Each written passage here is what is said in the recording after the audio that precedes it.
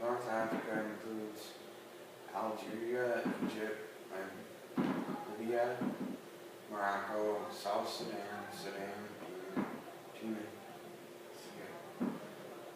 Egypt and the Nile River Valley formed a cultural hub where ideas and innovations came together to change a region. Those ideas and innovations reached our other regions through cultural diffusion. Roots of civilization in North Africa. Egypt blossoms along the Nile, and the flooding of the Nile was that it flooded around the same time every year, so it was a definite source of water for people living around the area, which is also why life in Egypt, there was many different dynasties that flourished for the last how many years, especially in Egypt. And the Nile River was a way for cultures and parts of culture to grow throughout Africa.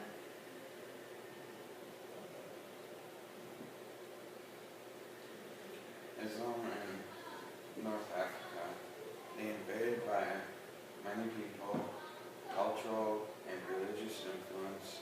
Muslims controlled most of North Africa.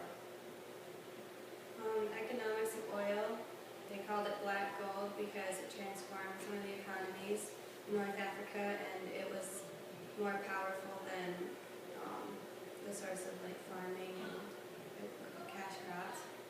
Libya and Algeria supply the EU with much of its oil and gas, and it also caused economic problems because the labor force couldn't meet the standards and demands of it because they weren't educated enough, and so they were forced to give high-paying jobs to foreign workers, and that caused a lot of Africans to migrate into Europe to look for work. Cultural markets and music.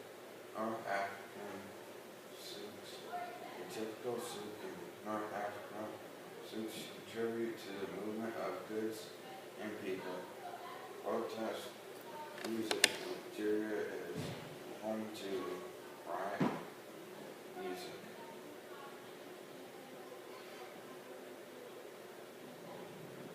Riot music was used to communicate resentment toward French colonizers.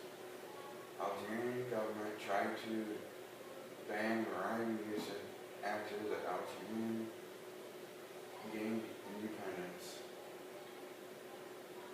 The rain music was originally established by urban children who were just having fun music that sounded like Western style music, and today they use rain music to communicate their resentment towards the Islamic government.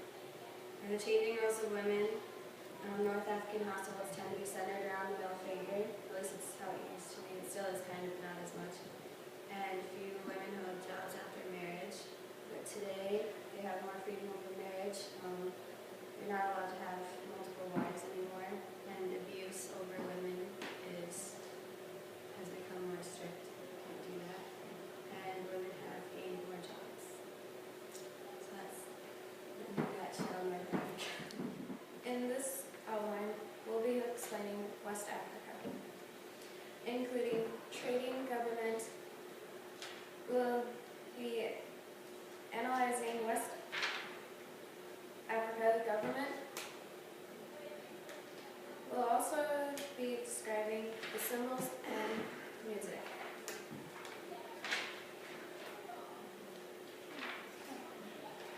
The countries of West Africa are Benin, Burkina Faso, Cape Verde, Chad, Cote d'Ivoire, Gambia, Ghana,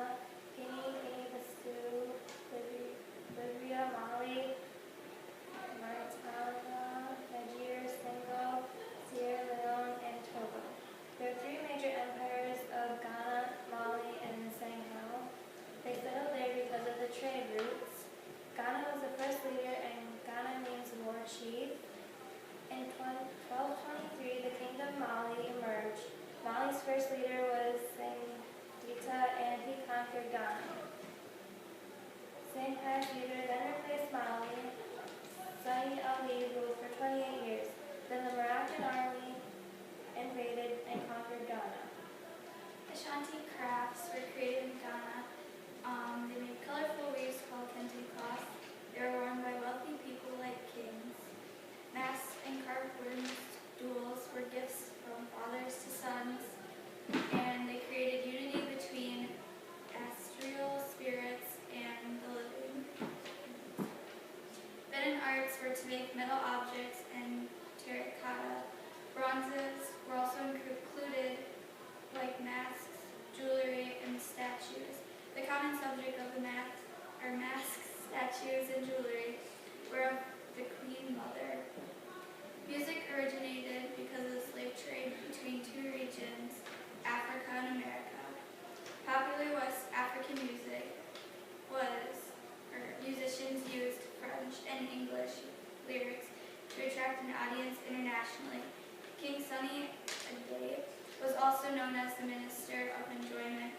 He was a musician from Nigeria and was in a band called King Sunny and the African Beats. The trade is still really important because they are located along a large body of water. Sierra Leone has some of the worst economic conditions. They're a stateless society, which means they rely on family lineages to govern themselves. Gold and salt were the major things to trade in the past, but today the economy relies on exports of diamonds, gold, magnesium, and bauxite. Oil production is expected to increase in the future. Throughout our outline, we talked about West Africa, trade, government, and economic problems. We also talked about West Africa's culture. In this outline, we'll be explaining West Africa, including trading, government. We'll be analyzing West Africa government. We'll also be describing the symbols and music.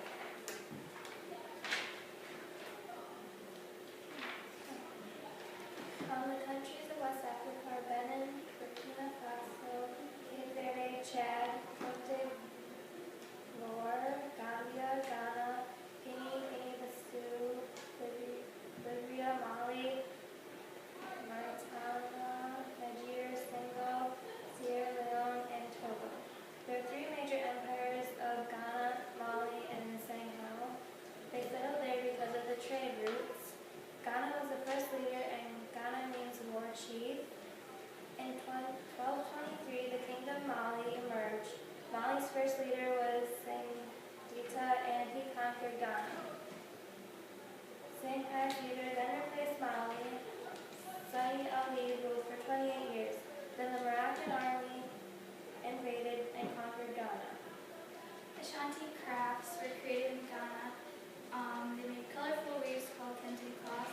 They were worn by wealthy people like kings. Masks and carved wooden stools were gifts from fathers to sons, and they created unity between astral spirits and the living. Benin arts were to make metal objects and terracotta.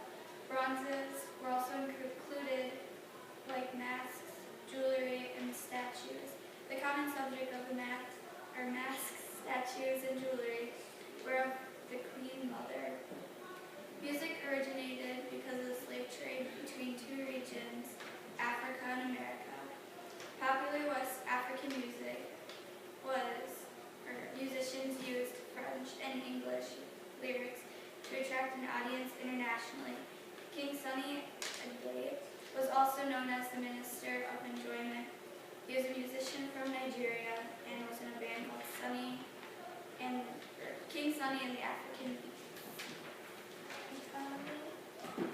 The trade is still really important because they are located along a large body of water. Sierra Leone has some of the worst economic conditions. They're a stateless society, which means they rely on family lineages to govern themselves. Gold and salt were the major things to trade in the past, but today the economy relies on exports of diamonds, gold, magnesium, and bauxite. Oil production is expected to increase in the future. Throughout our outline, we talked about West Africa, trade, government, and economic problems. We also talked about West Africa's culture. Intro, we have Southern Africa. In our outline, we will discuss the historic events and issues in Southern Africa. We will discuss the ethnical growth of Africa and describe the celebrations of the daily life. In the human perspective, in April 2000, armed men attacked a farmhouse, and the British colonial rule ended in 1980, and then more than 4,000 white farmers owned a third of the land, but 10 million blacks owned 2/3 of the land, so that sort of started the segregation. Yep, that's right.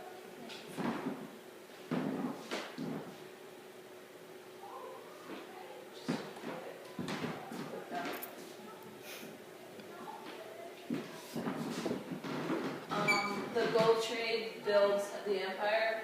The gold trade spans Great Zimbabwe. Around 1000, the Shona established Great Zimbabwe. From the 1200s to the 1400s, the gold thrived and helped them very economically. In the 1450, the Shona abandoned Great Zimbabwe, and so they left. And then the Mutapa Empire, Mutada is a guy, founded the Mutapa Empire, and then that thrived also in the gold trade. I think that's too far. Oh, just gonna put this down. In the 1500s, the Portuguese took over the politics, and then the ethnic class for Southern Africa. Europeans migrated to Southern Africa. In the 19th century, Zulu controlled South Africa. In the late 19th century, British took over it. In the 1890s, the Boers and the Boer War happened, and a Boer is a Dutch farmer. And then the British won the Foreign Union in 1902.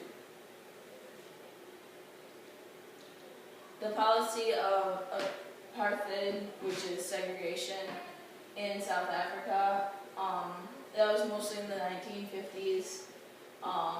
In 1912, they developed the African National Congress, and then that brought in Nelson Mandela, and he was a leader in 1949. And then because of his fight to end segregation, he was put in jail.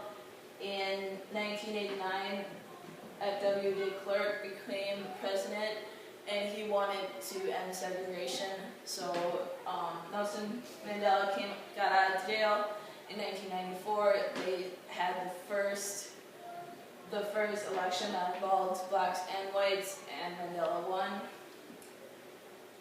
In 96, the government passed the laws that guarantees right to all citizens, and Nelson Mandela died a couple weeks ago.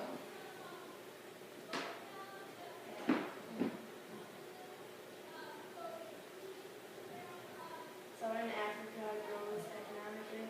South Africa, policy of African hurt the economy. There is poor education, huge industrial complexes.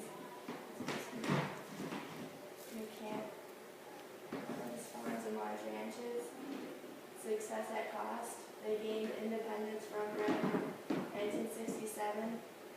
In 1995, Botswana became a major diamond producer. Majority of people worked as farmers. AIDS affects Southern Africa. AIDS affected countries in Southern Africa.